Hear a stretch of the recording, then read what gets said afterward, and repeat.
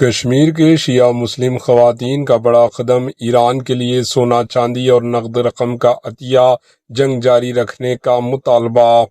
کشمیر سے تعلق رکھنے والے ایک باوقار خاتون نے ایک ایسا قدم اٹھایا ہے جس نے لوگوں کے دلوں کو چھو لیا۔ اس خاتون نے اپنے مرحوم شوہر کی یاد میں سنبھال کر رکھا گیا سونا، جو تقریباً 28 سال سے ان کے پاس تھا، ایران کی عوام کے لیے عطیہ کر دیا۔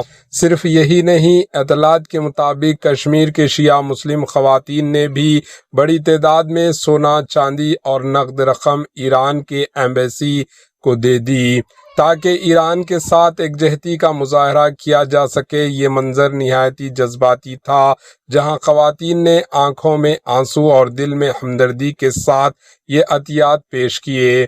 یہ اقدام ایسے وقت میں سامنے آیا ہے جب مشرقی وسطی کی صورتحال کشیدہ ہے اور ایران کو مختلف چیلنجز کا سامنا ہے۔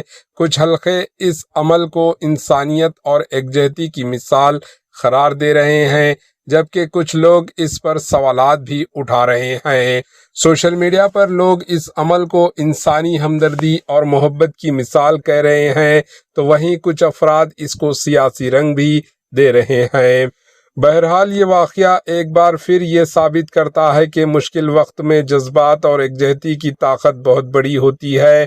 آپ اس بارے میں کیا رائے رکھتے ہیں؟ ہمیں کامنٹ میں ضرور بتائیں۔ Bureau report, AHN news. السلام